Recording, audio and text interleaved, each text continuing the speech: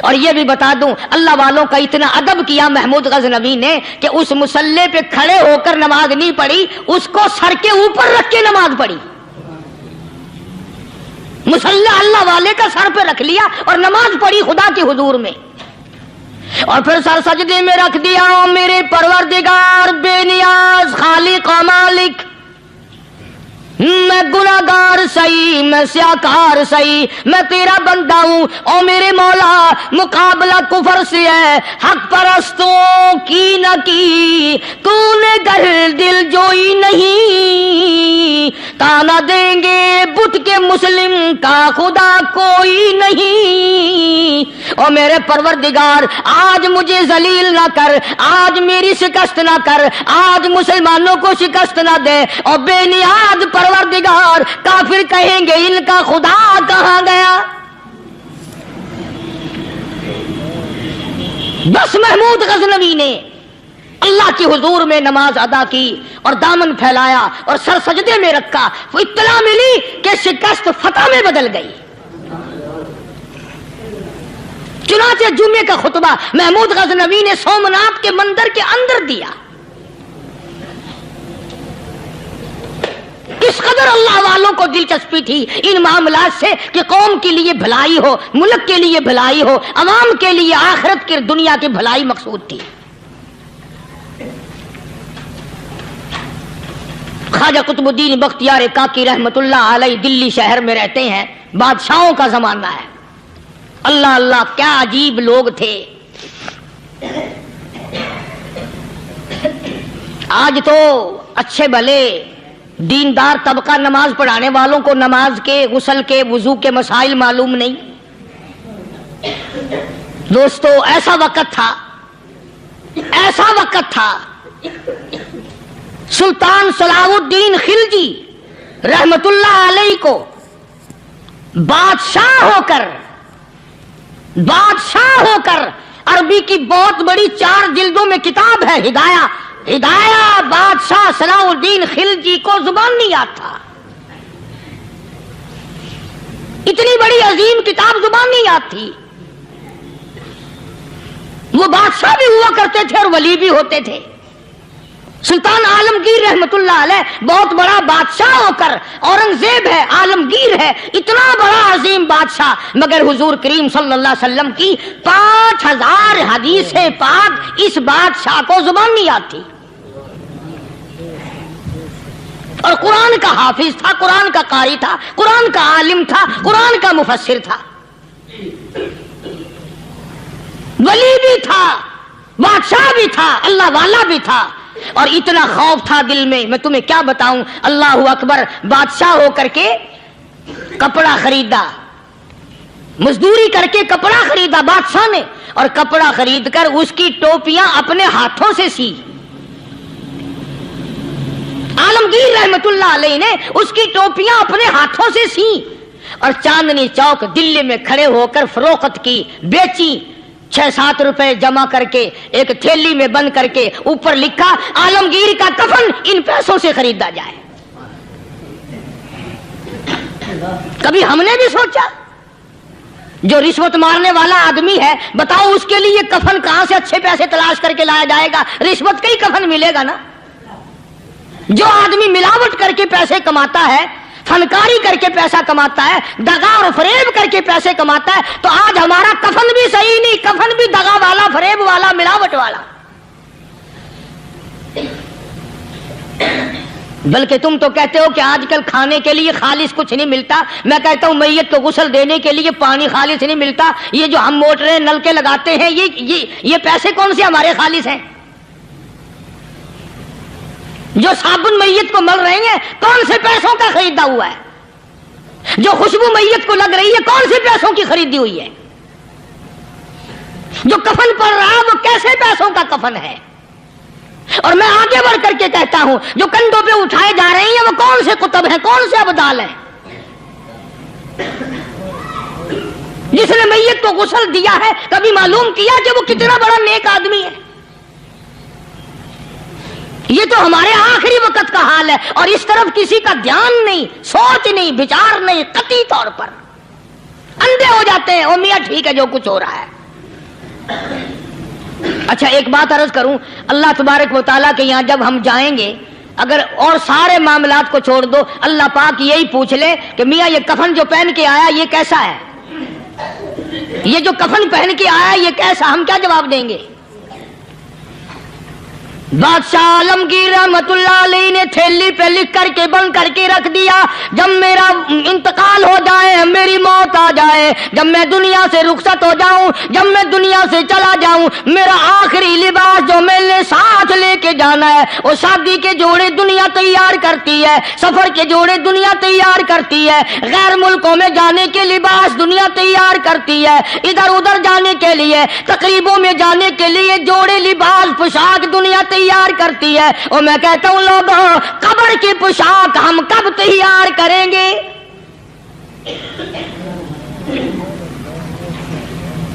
عالمگیر رحمت اللہ علیہ نے خود اپنے کفن کا انتظام کر کے رکھ دیا۔ ہمارے گھروں میں تو اگر کفن کا ذکر کرو تو گھر والے بھی منہ بنائیں گے، چھوڑو تم نے کفن کی باتیں بنانی شروع کر دی ابھی سے ہی۔ اور ایک اور عرض کروں، کفن بھی مقدر والوں کو ملتا، کئیوں کو ملتا ہی نہیں، کفن نہیں ملتا، قبر نہیں ملتی، نماز جنازہ نہیں ملتی، غسل نصیب نہیں ہوتا، مقدری سودے ہیں، نہ یہ دولت سے بات بنتی ہے اور نہ یہ اقتدار سے بات بنتی ہے اور نہ یہ سرمایہ سے بات بنتی ہے، یہ تو تقدیروں کے مسئلے ہیں جو مالک نے اپنے ہاتھ میں رکھا ہے۔ جناب رسول کریم سب کہہ دو صلی اللہ علیہ وسلم کے سگے چچا، اللہ غنی جنگ احد ہے،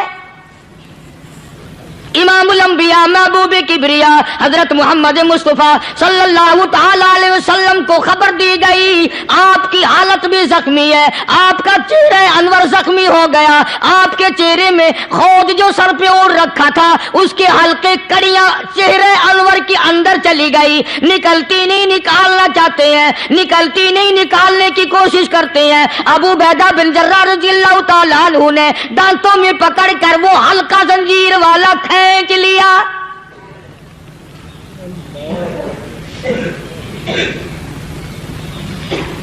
اللہ غنی، ادھر خون کا پھوارا چھوٹا، خون کا پھوارا چھوٹا، اللہ عرش الہی سے آواز آئی، جبریل، پل جھپکنے کے برابر جبریل ساری دنیا کا نظام طے کر سکتا ہے۔ توجہ، اللہ نے آواز دی، جبریل، عرض کیا حضور، فرمایا یاد رکھ اگر میرے محبوب کا خون زمین پہ گر گیا تو پھر تو جبریل کا آئے گا۔ سدرۃ المنتہا سے سیکنڈ کو بڑی چیز ہوتی ہے، پل جھپکنے سے پہلے جبریل نے آ کر اس خون کو سنبھالا ہے۔ اتنی عظمت ہے سرکار مدینہ صلی اللہ علیہ وسلم کی اللہ تبارک و تعالیٰ کے یہاں اور ہر پیغمبر کی۔ ابراہیم علیہ الصلوۃ والسلام کو وقت کے بادشاہ نے منجنیق میں بٹھا کر یوں آگ میں پھینک دیا، اس منجنیق میں سے، پنگوڑے میں سے خلیل نکل چکا، آواز آئی جبریل، جواب ملا حضور کہ میرا خلیل کو کیا ہوا؟ حضرت جبریل کو حکم ہوا، یاد رکھ اگر خلیل کا ایک بال بھی جل گیا تو جبریل کس کام کا؟ اللہ تبارک و تعالیٰ کے فرشتے نے پہلے پہنچ کر آگ پہ پر بچھا دیے۔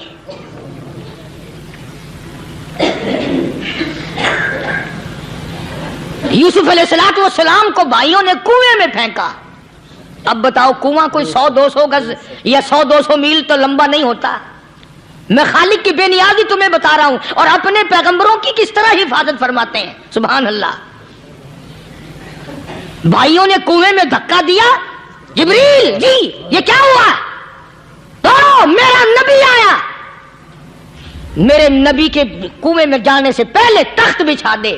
جبریل نے پر بچھا کر تخت بنا دیا۔ وہ تو یوں بچاتا ہے، وہ تو یوں سنبھالتا ہے۔